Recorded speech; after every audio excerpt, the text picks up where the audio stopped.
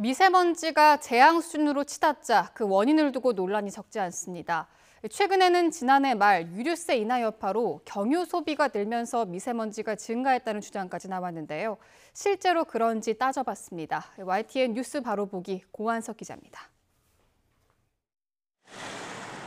미세먼지 원인 가운데 하나인 경유차. 지난해 말 정부는 서민 경제 살리겠다며 유류세를 내렸는데 이게 부메랑이 된 걸까요? 차량용 경유 소비량은 역대 최고치로 늘었고 대한민국은 역대 최악의 미세먼지 속에 갇혔습니다.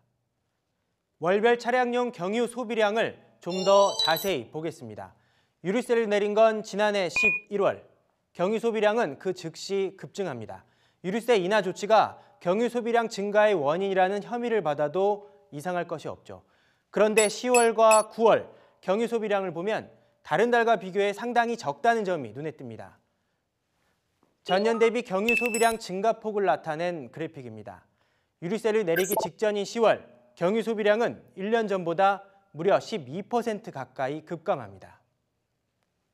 최근 10년 동안 10월 수치만 따로 떼서 비교해 볼까요? 10월에 경유 사용량이 10% 넘게 줄어드는 건 대단히 이례적인 현상이라는 것을 알 수 있습니다. 그렇다면 대체 10월에 무슨 일이 일어난 걸까요? 비밀은 경유 소비량 집계 방식에 있습니다.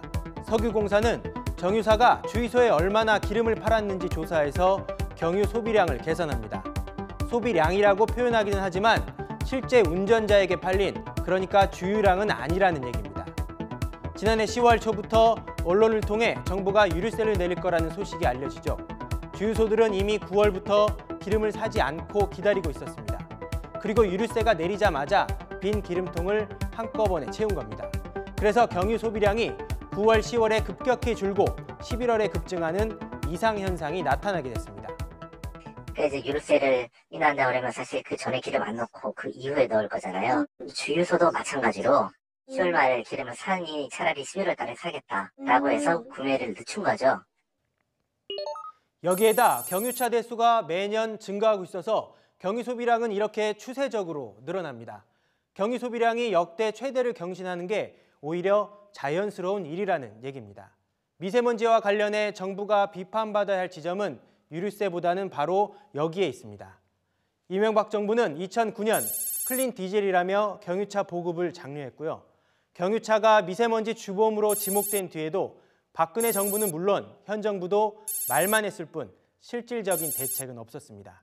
뒤늦게 지난해 11월 이낙연 국무총리가 클린 디젤 정책의 공식 폐기를 선언했지만 그 역시 선언에 그쳤고 올해 1월 경유차 등록 대수는 또 늘어나서 1,000만 대 육박합니다. YTN 고한석입니다.